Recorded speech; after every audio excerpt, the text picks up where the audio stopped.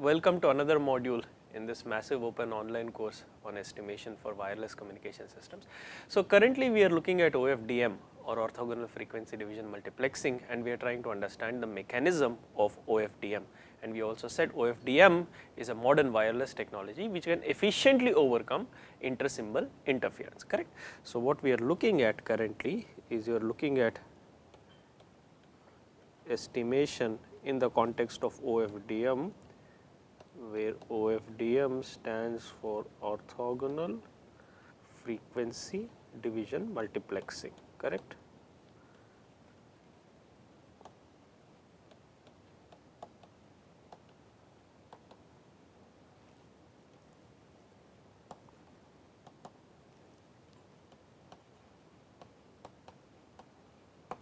And we said OFDM can be used to efficiently overcome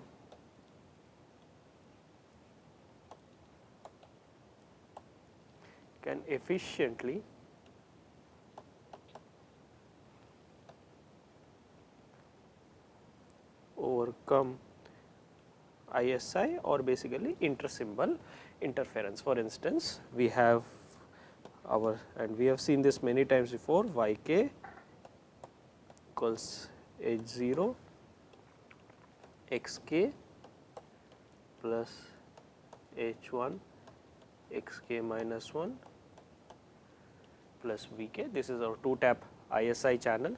So, this is basically the model for your 2-tap ISI channel, where the taps are H0 and H1. Xk is the current symbol,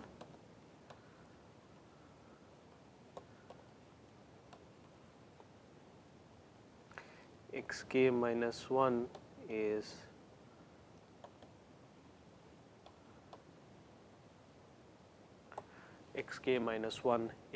the previous symbol, alright. So, there is inter-symbol interference of the previous symbol xk minus 1 on the current symbol, and we said OFDM can be explained as follows. So, OXDM we have, let us consider a typical OFDM system with 4 subcarriers, that is we have the symbol x0, a capital X0, capital X1, capital X2, capital X3.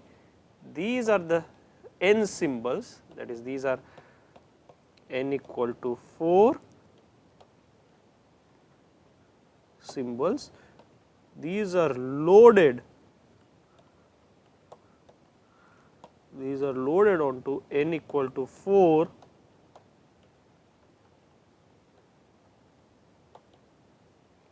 subcarriers, and the meaning of this is basically, the meaning of this term loaded is basically we perform n equal to 4 point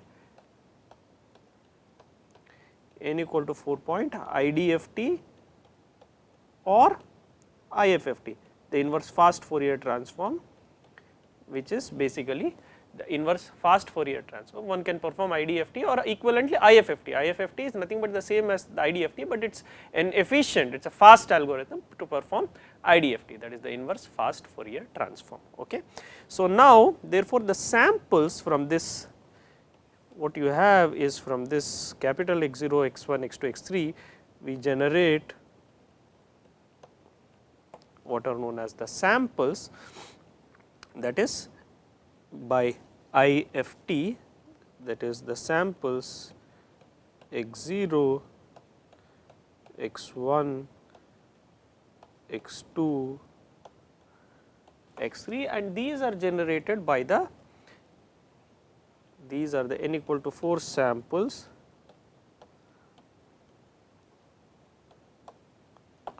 and these are generated by the IDFT as, and all of you must be familiar with IDFT, that is basically we have x of k equals 1 over n summation L equal to 0 to n minus 1 capital X of L, that is the symbols loaded onto the subcarriers, e to the power of j 2 pi k L by n, and now I am going to substitute n equal to 4. So, this gives me basically 1 over 4 summation L equal to 0 to 3 capital XL e raised to j 2 pi KL by 4, which is equal to, therefore, your XL is basically equal to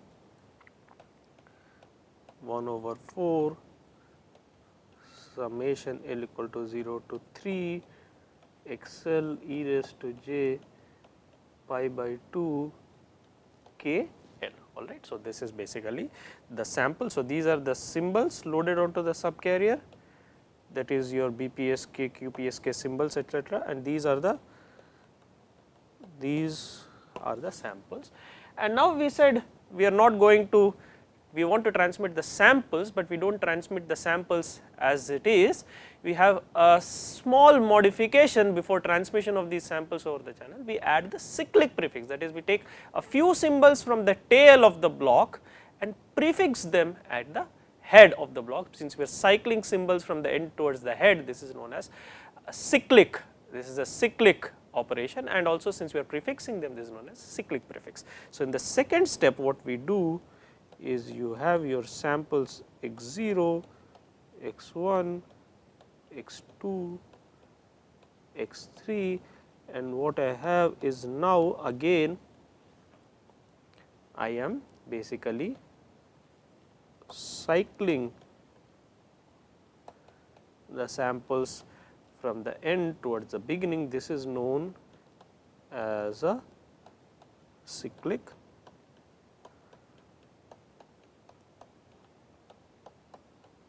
prefix. This is denoted by the term CP. Okay. And now this block with CP added, this is transmitted over the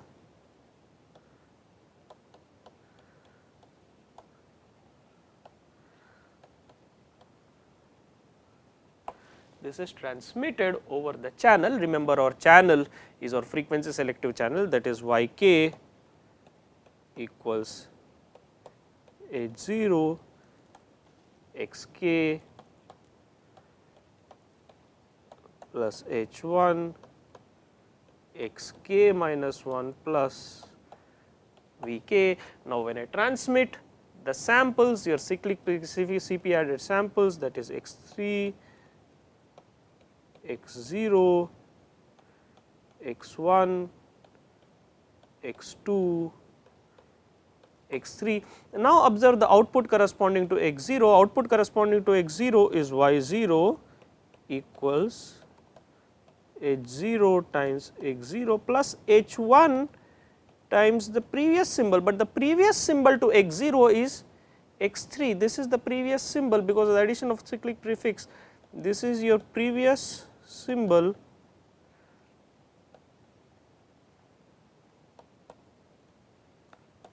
to X0 because of the addition of the cyclic prefix. Therefore, this is X0 plus, I am sorry, this is X3, which is the previous symbol to X0 plus V0. All right. So, what we have done is basically, because we have added the cyclic prefix, all right, and the sample X0 has interference from the previous sample, and the previous sample is X3. Therefore, we have H0 times X0 plus H1 times X3 plus V0. Okay. So, that is basically what we have at the output, that is corresponding to Y0. Okay.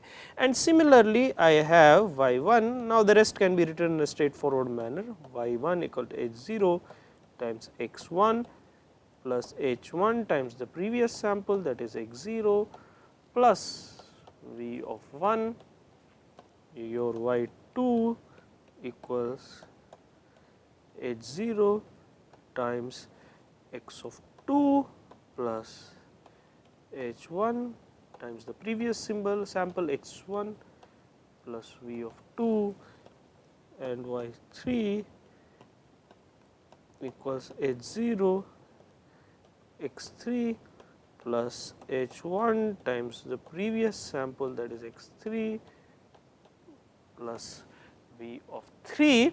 And now, these are the samples, and now we said yesterday, that is, if you look at Y0, that is, if you look at Y0, Y1, Y2, Y3, that can be basically represented as the circular convolution of the channel filter H, with the transmitted samples x plus the noise, and that is the key operation, that is the advantage that this basically this addition of cyclic prefix is giving us. And therefore, we have something that we have seen in an elaborate manner yesterday in great detail is basically the observation that now because of the addition of the cyclic prefix, what I have is y becomes the circular convolution of h with x in the presence of additive noise. So, this is basically nothing but your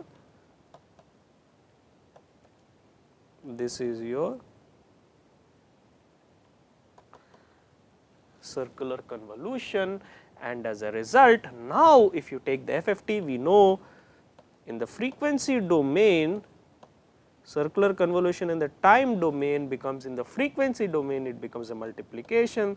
Therefore, that is the FFT of h times the FFT of x plus the FFT of v, which is basically your noise. And therefore, they have this interesting property because circular convolution in the time is basically multiplication in the frequency or FFT domain. So, once you take the FFT of the samples at the output, basically the action of the channel in the frequency domain basically now can be represented as a simple multiplication. Therefore, the FFT of the output samples y is basically the FFT equals the FFT of the channel filter h times the FFT of the transmitted samples x plus the FFT of the noise v.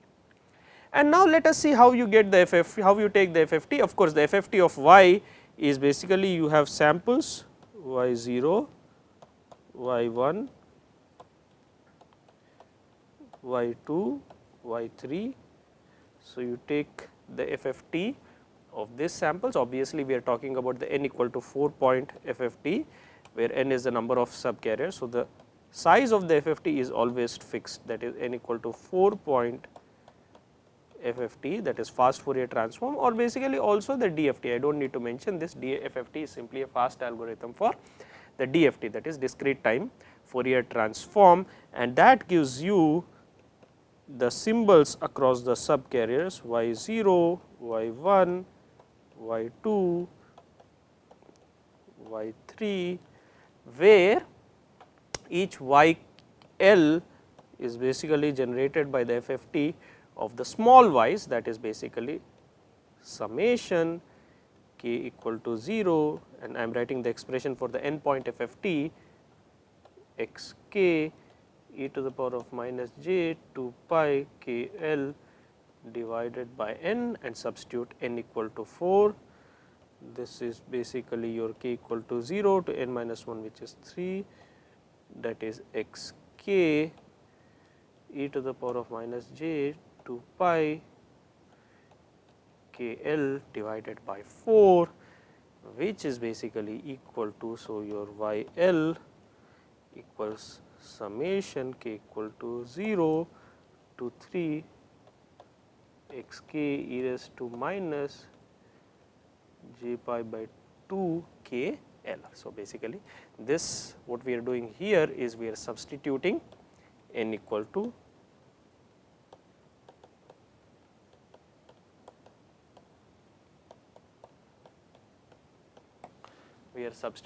n is equal to 4, and that is what you are saying is the capital Y's, that capital Y L, that is the received symbol across subcarrier L in the FFT domain is now given by the 4 point or n equal to 4 point FFT or fast Fourier transform, DFT, discrete Fourier transform of the received output samples y0, y1, y2, y3. So, this is basically what is this YL, this is the received symbol in frequency domain across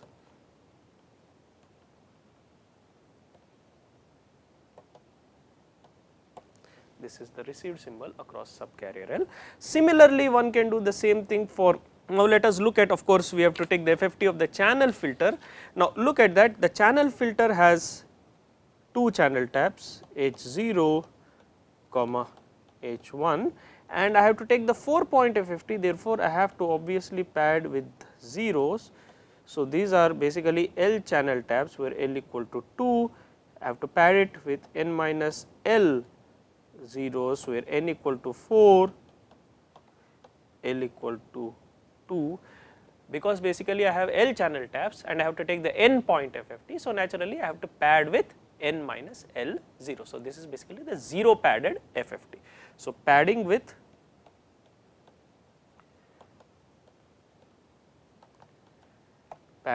n minus L zeros, and now you take the FFT of this to give you capital H 0, capital H 1, capital H 2, capital H 3, and these are the coefficients across the subcarriers.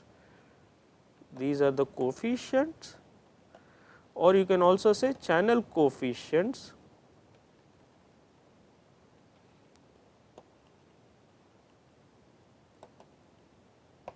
these are the channel coefficients across the subcarriers. And how do we generate them? Naturally, what we do is we have H of L, the coefficient across subcarrier L, equals summation k equal to 0 to L minus 1, k equal to 0. Remember, we only have channel coefficients L channel coefficients from k equal to 0 to L minus 1. So, that is H of L e raised to minus j 2 pi k L divided by n, I am sorry, this is k, which is equal to summation k equal to 0, in this case L equal to 1. So, k equal to 0 to basically L 1, that is H of k e raised to minus j 2 pi k L divided by 4, which is basically equal to your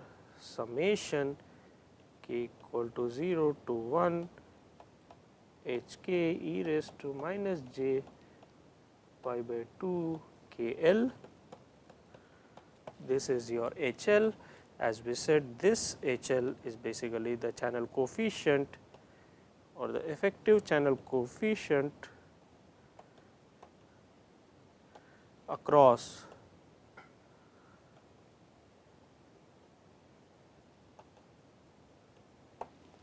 the Lth subcarrier. All right. So, the capital H L, which is the channel coefficient across subcarrier L in the frequency domain, is given by the FFT of the channel taps in the time domain. Of course, since there are only capital L channel taps and we have to take n point FFT, right, we have to consider the n point FFT. Therefore, naturally you have to pad it with n minus L zeros.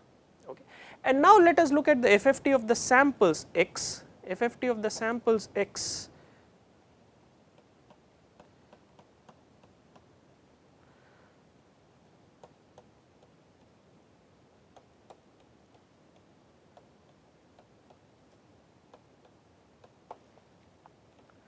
now we want to take the FFT, that is obviously the n point FFT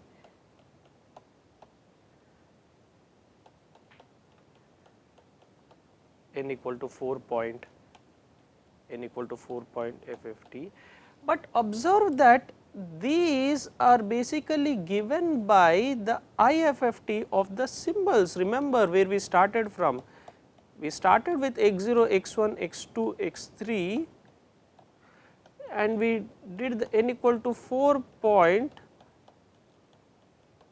IFFT to get the sample. So, these are basically your symbols and these are basically your samples.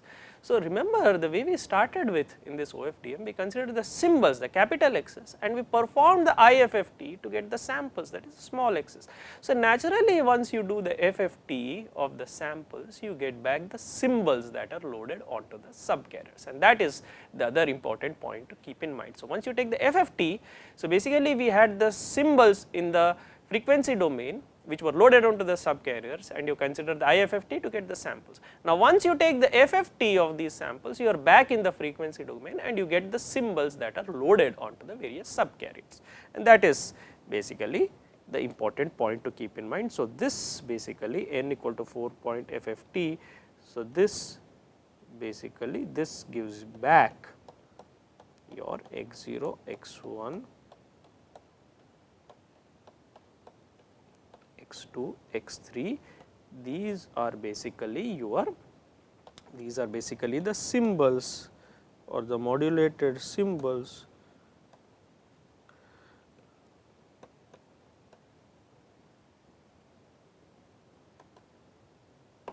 loaded onto the various subcarriers, and that is what you are getting back after you perform the FFT. And naturally, the only remaining thing is the noise. That is also very simple. You have the small v's, which are the noise samples, additive wide Gaussian noise samples. In the time domain, you do the n equal to 4 point. Let me write it a little bit more clearly. You do the n equal to 4 point. You do the n equal to 4 point FFT of this, and what you get back is the noise, the capital V's, the noise across each subcarrier, the noise samples across the subcarriers. What are these? These are your noise samples across subcarrier.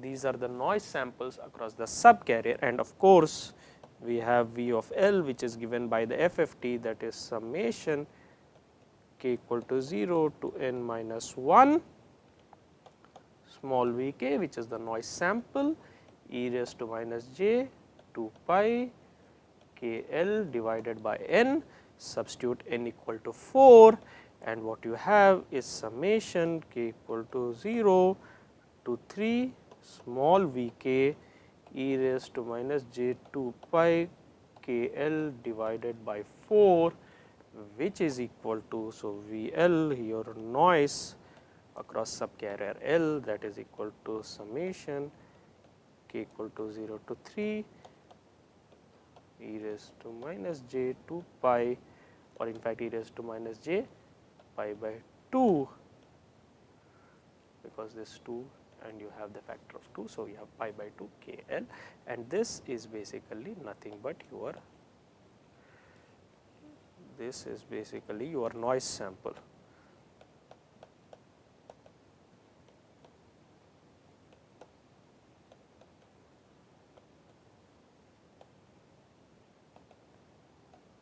This is basically your noise sample for the subcarrier L. And therefore, now you have the frequency domain. Remember, in the frequency domain, we have the FFT of the output y is equal to FFT of the channel h times the FFT of the samples x, which are basically nothing but the symbols loaded onto the subcarriers, plus the FFT, the noise sample across each subcarrier. And therefore, now rewriting it, I have FFT of y equals FFT of the channel filter h product. Remember, this is important to remember, in the frequency domain it is simply a product, because circular convolution becomes the product. Yeah. So, just to repeat the importance of that, in frequency domain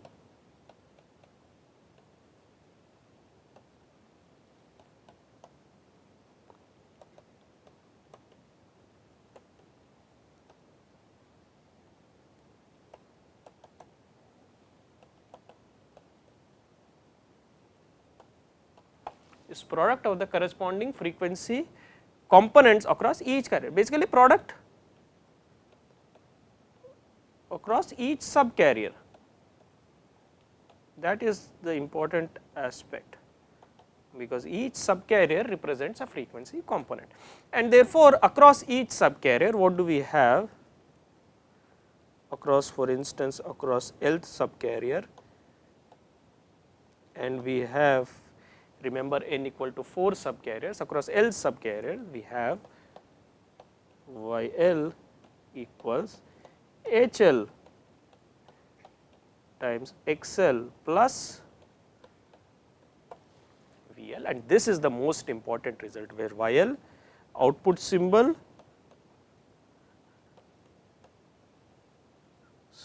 across subcarrier L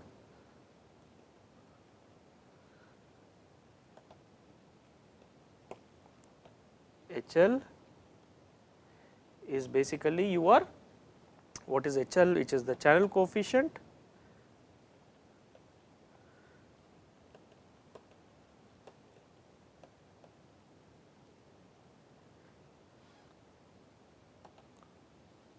across subcarrier L. XL is the symbol loaded onto subcarrier L.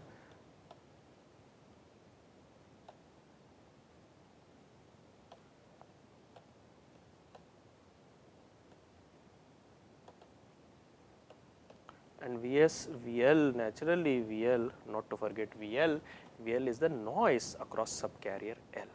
So, VL is basically your noise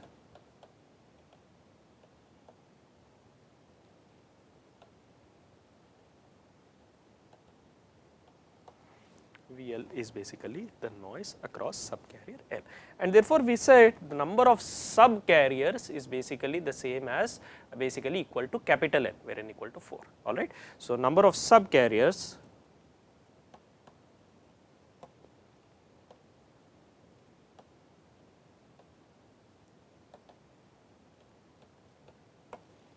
is N equal to 4, which means we have L equal to 0, 1, 2, 3 corresponding to the L equal to 4 subcarriers, and therefore, for each subcarrier what we have y equal to y0 equals h0 times x0 plus v0. This is corresponding to subcarrier L equal to 0, y1 equals h1 times x1 plus v1. This corresponds to subcarrier L equal to 1. Then we have naturally again the same thing, y2 across subcarrier 2, y2 equals h2 x2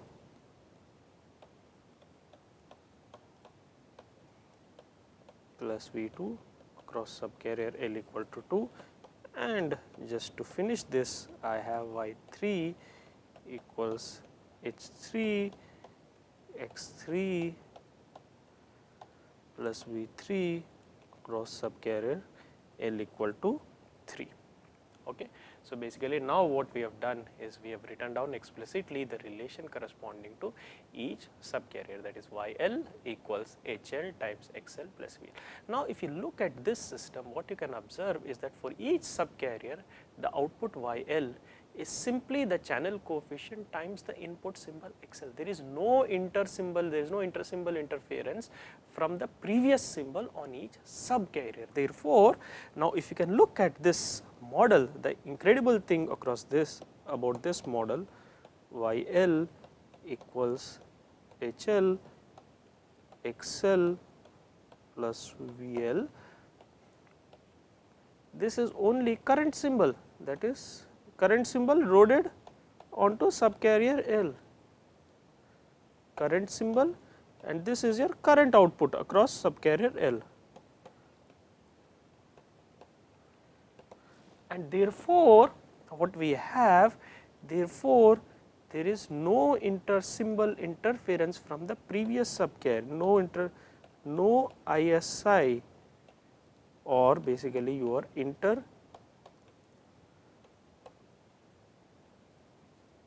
no intersymbol interference from previous symbol on each subcarrier. Remember, in the time domain you still have the intersample interference, the time domain the intersample interference is there, but by intelligently working in the frequency domain by adding the cyclic prefix and converting it back into the frequency domain at the receiver, you have eliminated, or one has eliminated the intersymbol interference in the frequency domain across each subcarrier, and this is the important aspect of OFDM, that is it eliminates the intersymbol interference in the frequency domain. And what is efficient about this? This is efficient because it is based on IFFT and FFT. So, IFFT at the transmitter, FFT at the receiver, and since IFFT and FFT, that is the inverse fast Fourier transform and fast Fourier transform can be performed in a very fast fashion, that is these are efficient algorithms. As a result, the entire OFDM architecture, the entire OFDM system transmission scheme is very efficient, since it does not employ any matrix inversion anywhere. It is simply based on IFFT and FFT, which are fast operations. So, basically to summarize, employing the cyclic prefix, it has been converted into a employing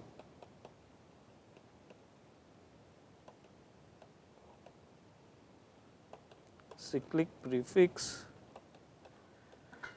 ISI has been removed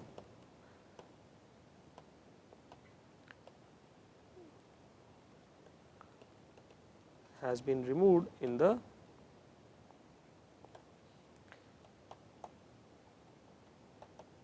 ISI has been removed in the frequency domain. Further, this is a very efficient, OFDM is very efficient. To highlight that point further, OFDM is very efficient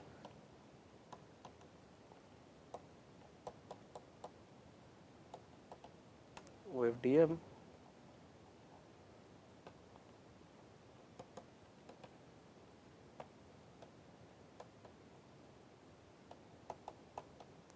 it employs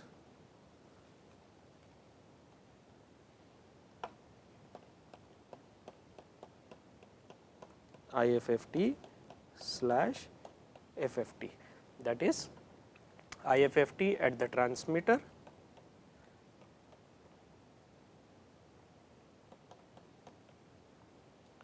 and FFT at the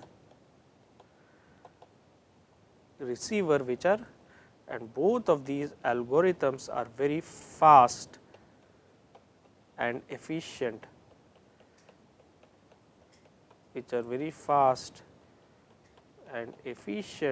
algorithms.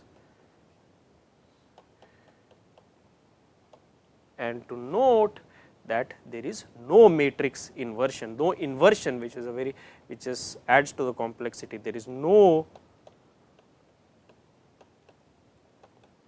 matrix,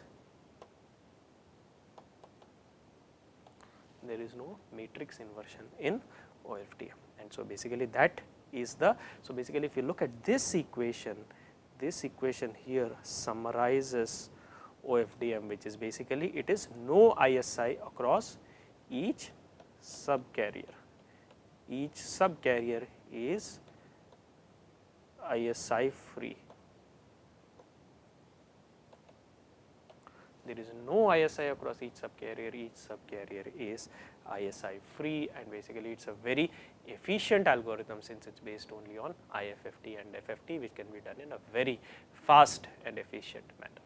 So, basically what we have done in this module is basically we have completed description of the OFDM system model, which is based on loading the symbols onto the subcarriers, that is basically performing the FFT IFFT operation at the transmitter, followed by addition of the cyclic prefix. That results in a circular convolution at the output of the channel. When you take the FFT of the output, basically what you get is basically in the time domain, in the frequency domain, it is basically can be represented across each subcarrier as the FFT of the channel times the FFT product times the FFT of the samples, which is basically nothing but the symbols plus the FFT of the noise. Therefore, across each subcarrier you have YL equals the channel coefficient HL times the symbol XL loaded onto the subcarrier plus the noise VL, and therefore this transmission across each subcarrier is inter-symbol interference free, and this is done very efficiently by use of the IFFT and FFT algorithms, which makes OFDM an overall very efficient scheme for transmission in modern wireless communication systems. In fact, as we talked about in the previous module, several 4G standards basically such as LTE and modern Wi-Fi standards such as 802.11n, 802.11ac are all based on OFDM. Alright, so we will stop here in this module, and in the next module, subsequent modules, we will look at the estimation aspect of OFDM, that is how do you estimate these channel coefficients in an OFDM system. Alright, so thank you. We will conclude this module here. Thank you very much.